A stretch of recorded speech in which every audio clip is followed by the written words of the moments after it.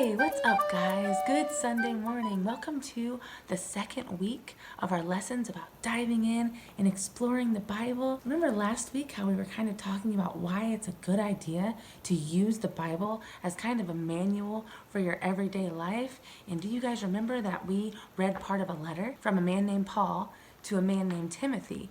And Paul was telling Timothy why it's so important to know the Bible. He said that every word is God-breathed. Everything in the Bible is inspired by God. And that's why it's so important for us to know the Bible and to explore it. And I'm so glad you guys are back for the second week of these lessons, because last week we talked about why it's important to know the Bible. And now these next few weeks, we're going to talk about how to do this. I know last week we talked a lot about the ocean, how when you're just on the beach, there's lots of sand. You could get your toes in the water, or you could go a little bit under the water and see all what's underneath of it. And you could go deeper and deeper. And the further you go down into the ocean, the more there is to explore, right? And we kind of talked about how it's the same for the Bible. And this week I wanted to talk about one of the coolest parts of the ocean called the Great Barrier Reef. The Great Barrier Reef is a huge underwater habitat full of thousands of different kinds of fish, hundreds of different kinds of sharks, lots of beautiful vegetation. I'm sure you guys have seen Finding Nemo, and Nemo and his dad, they live, in a coral reef, and it's really pretty with all different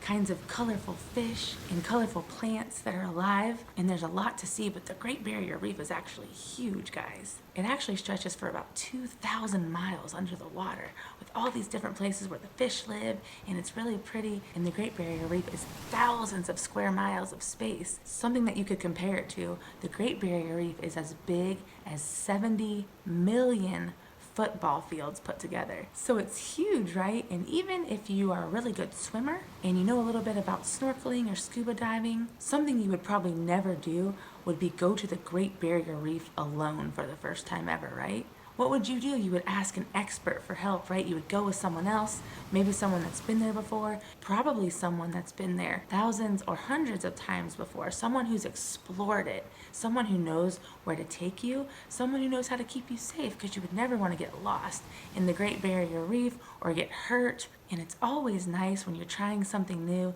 to have someone who's done it before and has a little bit of experience kind of show you how to do things. And it's the same way with the Bible, guys. When you're first starting to explore the Bible and read the Bible, it's great to do it on your own, but sometimes questions are going to come up. You might read something that you don't understand. The Bible is a big book, right? And it was written a long time ago. It has lots of different authors. Guys, the Bible can actually be confusing for adults even. It was written a long time ago. There are several different books written by a lot of different people. And today we're going to look at a story about a person who was reading the Bible and was very confused. This was an Ethiopian man who took care of the queen's money. So he was a very smart, important guy, but he was reading the Bible and he wasn't understanding it. So God put a man named Philip there at the right time to come alongside this Ethiopian man to help him better understand what he was reading. So I'm going to go ahead and start reading that story. It's in Acts chapter 8, verses 26 through 39. An angel of the Lord spoke to Philip. The angel said, "Get ready and go south. Go to the road that leads down from Gaza to Jerusalem, the desert road." So Philip got ready and went. On the road, he saw a man from Ethiopia. He was an important officer in the service of Candace, the queen of the Ethiopians. He was responsible for taking care of all of her money. He had gone to Jerusalem to worship, and now he was on his way home. He was sitting in his chariot and reading from the book of Isaiah, the prophet. The Spirit told Philip, "Go to that chariot and stay near it." So Philip ran toward the chariot. He heard the man reading from Isaiah the prophet. Philip asked, "Do you understand what you're reading?" He answered, "How can I understand? I need someone to explain it to me."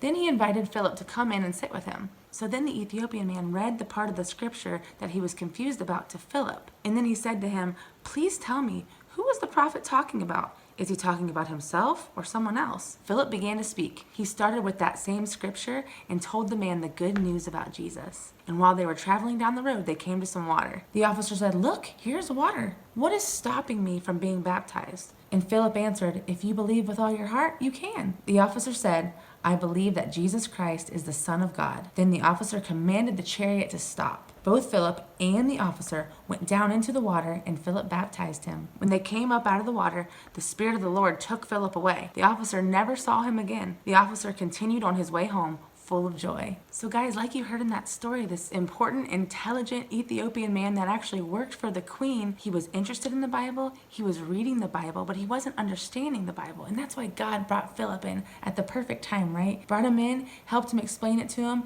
and it was all making enough sense to him that this man was ready to get baptized. And guys, we read that story today because like we talked about last week, everything written in the Bible is inspired by God. It's God breathed, right? That's what Paul told Timothy. So it's important to read the Bible, but it's just as important to understand the Bible. And sometimes that can be hard, and that's why we need someone to come alongside us. Hopefully that can be your mom, your dad, a grandma or a grandpa, maybe an older sibling, or maybe it's just someone that you know from church or a really good friend. But either way, it's totally okay to ask questions. And I'm so glad that you guys are watching these videos and that we are learning different ways on how to explore the Bible so that we can use it for a manual for our lives. And I really miss all of you. I can't wait to have our Sunday school lessons in real life and until we can all see each other again. So thank you for listening, and I will see you guys next time. Bye.